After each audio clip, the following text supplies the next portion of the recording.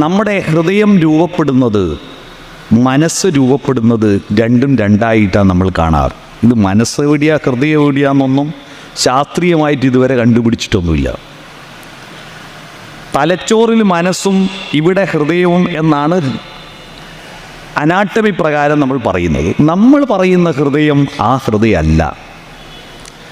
നമ്മൾ പറയുന്ന ഹൃദയം ആർദ്രതയുടെയും സൗന്ദര്യബോധത്തിൻ്റെയും സ്നേഹത്തിൻ്റെയും ഉറവിടമായിരിക്കുന്ന മനസ്സിനെയാണ് നമ്മൾ ഹൃദയമെന്ന് പറയുന്നത്.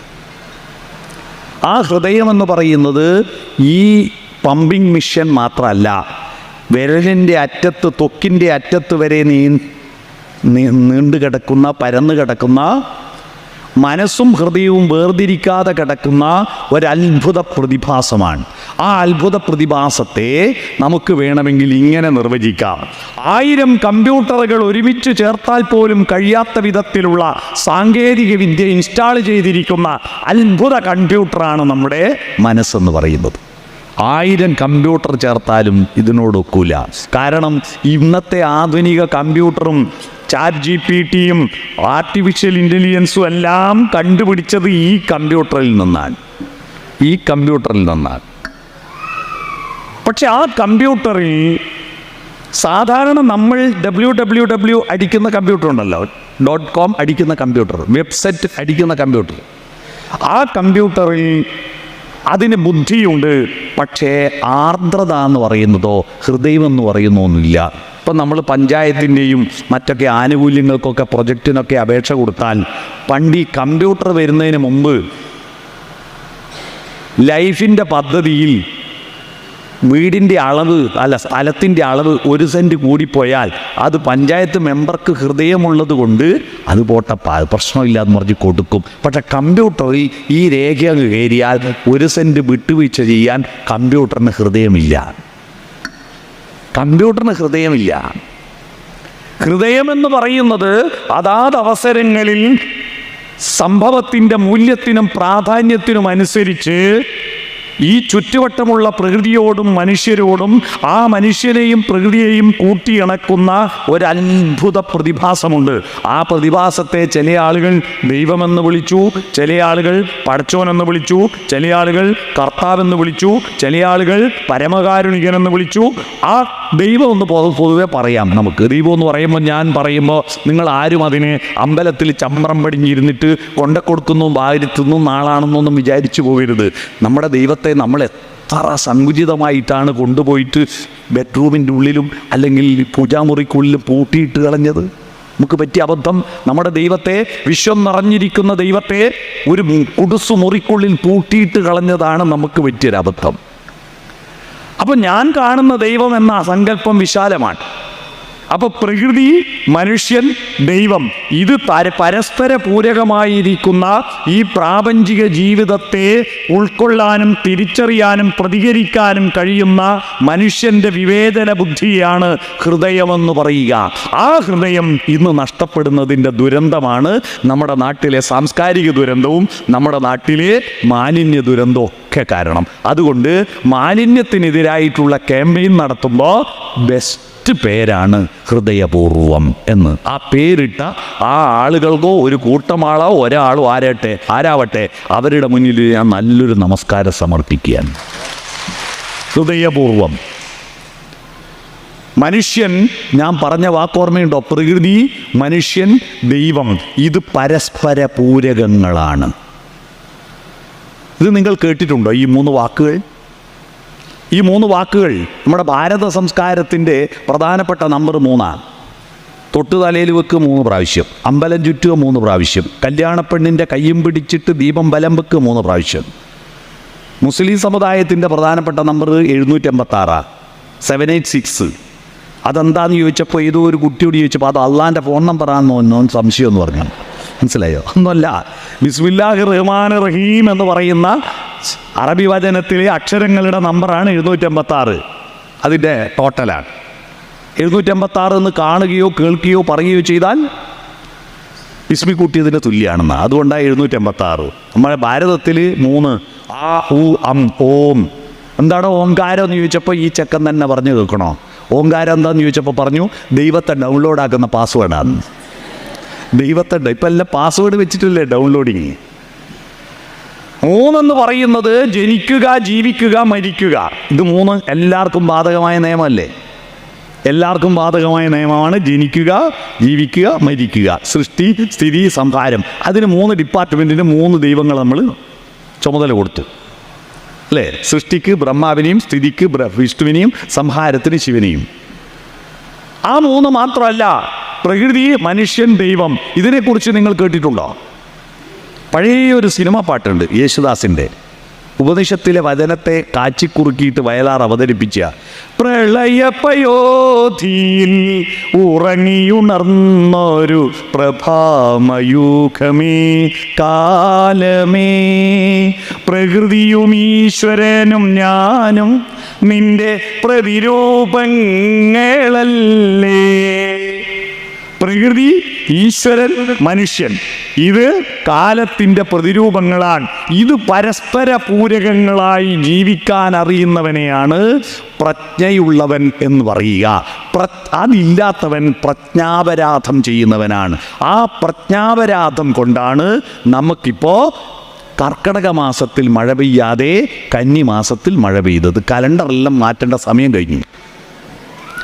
കലണ്ടറിൽ മാറ്റേണ്ട സമയം കഴിഞ്ഞു. കലണ്ടറിൽ നമുക്ക് പുതുമഴ പെയ്യുമ്പോഴാണ് പുതുവർഷം അല്ലേ? പുതുമഴയാണല്ലോ നമുക്ക് പുതുവർഷം. പുതുവർഷത്തിലാണ് ഞങ്ങളുടെ നാട്ടിലൊക്കെ പഞ്ചാംഗം മാറ്റുക. പഞ്ചാംഗം എന്ന് പറഞ്ഞാൽ എന്താണെന്നറിയോ? കലണ്ടറിൻ്റെ മലയാളമാണ് പഞ്ചാംഗം.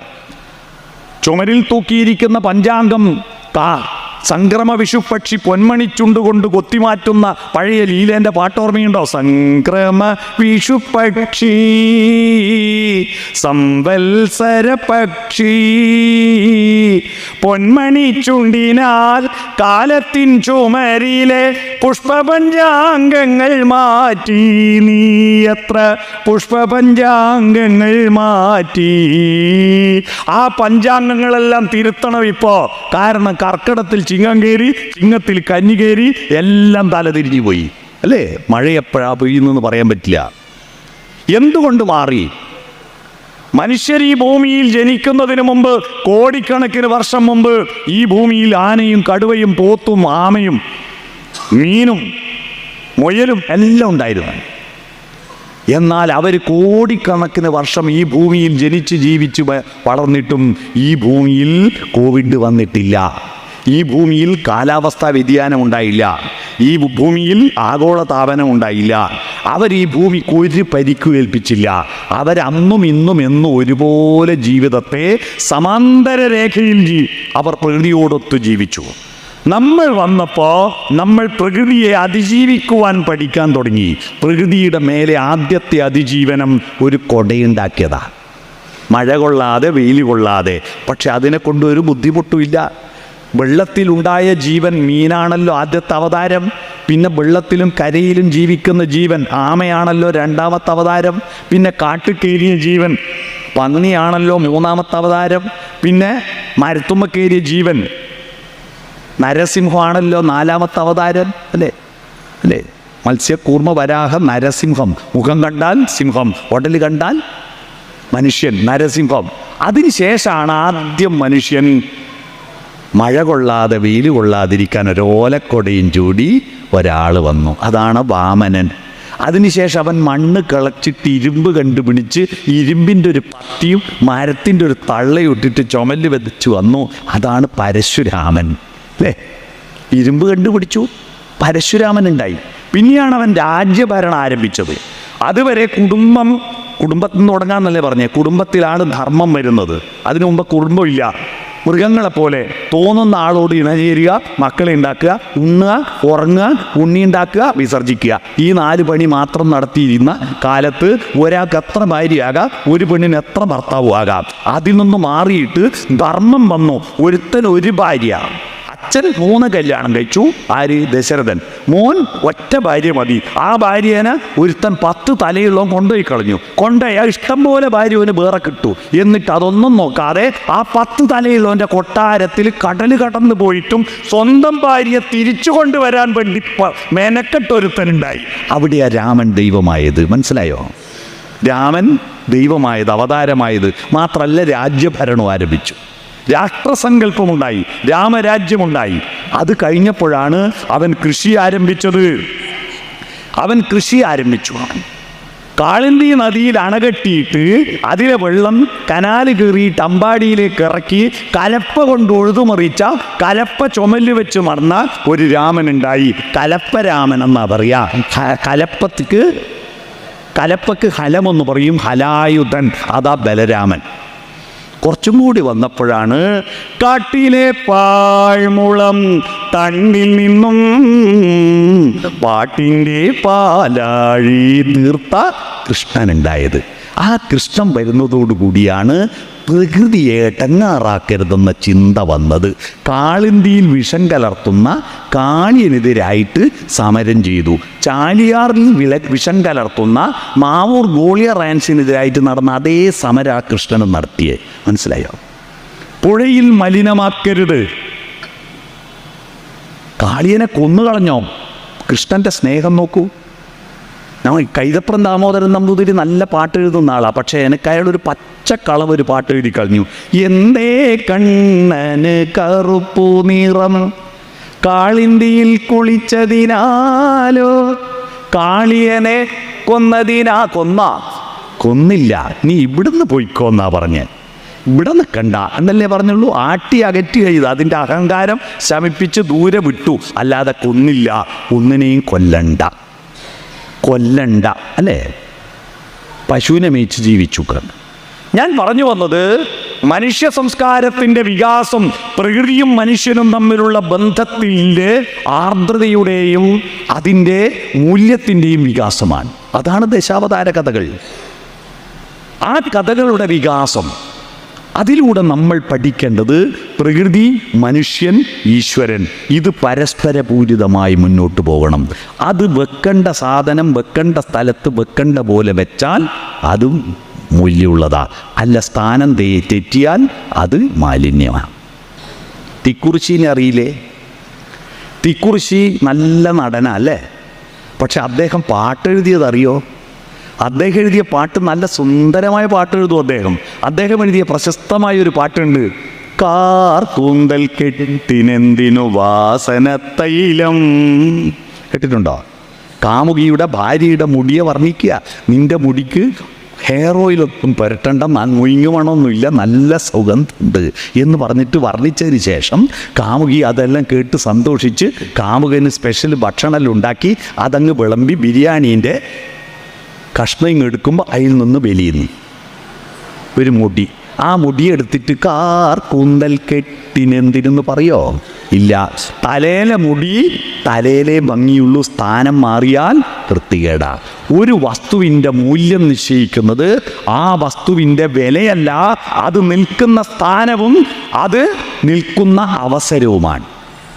ഞാനിപ്പോൾ ഇവിടെ വരേണ്ട സമയത്തിന് 5 മണിക്ക് വരേണ്ടതിന് പകരം ഞാൻ 8 മണിക്ക് വന്നെങ്കിൽ എൻ്റെ മൂല്യം പോയോ?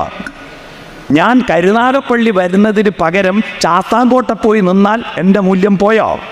അപ്പോൾ ഞാൻ മൂല്യത്തോടെ ഇവിടെ നിൽക്കണമെങ്കിൽ ഈ സമയത്ത് ഈ സ്ഥലത്ത് ഞാൻ നിൽക്കണമല്ലോ. അപ്പോഴല്ലേ എനിക്ക് മൂല്യമുണ്ടാവുന്നത്. ഇതുപോലെ ഓരോ വസ്തുവിനും വെക്കേണ്ട സ്ഥലം വെക്കേണ്ട പോലെ വെച്ചില്ലെങ്കിൽ അതിൻ്റെ മൂല്യം നഷ്ടപ്പെടും. ഈ പാഠം പഠിപ്പിക്കേണ്ട സ്ഥലമാണ് കുടുംബം. എവിടെ, എന്ത്, എപ്പോൾ എന്നത്. നമ്മളെ വാക്കുകൾ പോലും അങ്ങനെയാണ്. നമ്മുടെ വാക്കുകൾ വെക്കേണ്ട സ്ഥലം മാറിയ അർത്ഥം മാറും. ഒരു വള്ളി മാറിയ പുള്ളി മാറിയ അർത്ഥം മാറി.